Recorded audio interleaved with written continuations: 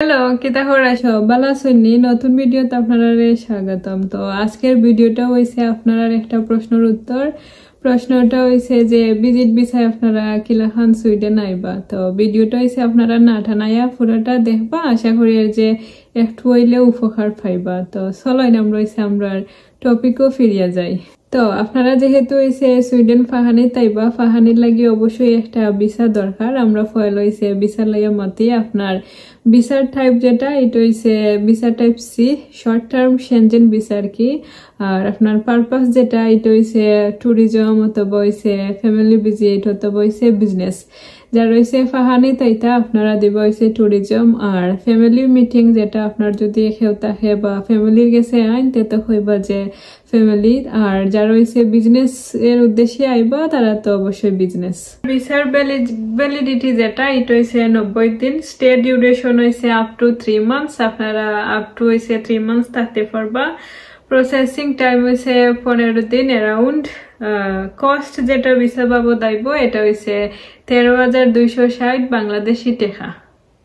এরপরে আইছে আমরা ডকুমেন্টস হইছে খুবই গুরুত্বপূর্ণ একটা বিষয়, কারণ ডকুমেন্টসের উপরে নির্ভর করে হইছে আপনার ভিসা পাওয়া ইয়েস অথবা নো হইতে পারে। তো ডকুমেন্টসের ক্ষেত্রে আপনারা খেয়াল রাখবা যে তারা যেটা চাইছে ঠিক ওটাই দেওয়ার। এখানে পয়লা যে অপশনটা আমি দেখি আর এটা হইছে কমপ্লিটেড ভিসা অ্যাপ্লিকেশন ফর্ম। আপনার অ্যাপ্লিকেশন ফর্ম লাগবে, তারপর valid passport with at least 2 blank pages and valid for 3 months beyond your intended stay. তো আপনার ঘর যে পাসপোর্টও রয়েছে এটলিস্ট 2টা ব্ল্যাঙ্ক পেজ থাকতো। আর মেয়াদ যেটা এটা ঘর আপনি সুইডেনে যতদিন স্টে করবা এর চেয়ে একটু বেশি থাকলে হয় বা এর সমান। Recent passport size photo, recent বলতে যে 6 মাসের পুরাতন হইতো না। আর ফটোর সাইজ যেটা এটা হইছে সুইডিশ স্ট্যান্ডার্ড, এটা হইছে মিল রাখিয়া চেষ্টা করবা। আপনারা যখন ফটো তোলা যাইবা কি করবা তখন কইবা যে আমার সুইডিশ স্ট্যান্ডার্ড যেটা ওটা মেনটেন করিয়া একটা পাসপোর্ট সাইজ ফটো দেও, তো হইছে পাইবা। এরপরে হইছে আপনার ফ্লাইট বুকিংস, হোটেল রিজার্ভেশন এগুলা লাগবো। আপনার ফ্লাইট বুকিংস এর প্রমাণ, তারপরে হোটেলও যদি তখন হোটেল রিজার্ভেশনের প্রমাণ। এরপরে হইছে যে ট্রাভেল ইন্স্যুরেন্স, এটা হইছে খুবই গুরুত্বপূর্ণ একটা বিষয়। এটা হর মিনিমাম কাভারেজ অফ 30,000 ইউরো। আপনার যে ট্রাভেল ইন্স্যুরেন্স এটা হর যে মিনিমাম কাভারেজ অফ 30,000 ইউরো লাগবে। এর বাদে আইছে যে আপনার ফাইন্যান্সিয়াল এন্ড এমপ্লয়মেন্ট প্রুফ, এটা তো অবশ্যই লাগবে, কারণ আপনি একটা দেশ পাহানি তাইবা আপনার তো দেখাই তৈব যে আপনি হইছে পারবা। এটা হর যারা হইছে এমপ্লয়েড মানে হইছে যারা চাকরি করে তারার লাগে হর যে employer letter, 6 month bank statement, ITR, pay slips. Self employed যারা business license, company bank statement, ITR। Student যারা হর school letter, no objection certificate. Retired, proof of retirement fund. তো এটা গেল হইছে আপনার ফাইন্যান্সিয়াল বা এমপ্লয়মেন্ট প্রুফ যেটা এইটা। এখন আই হইছে যে আপনারা কই অ্যাপ্লাই করতা।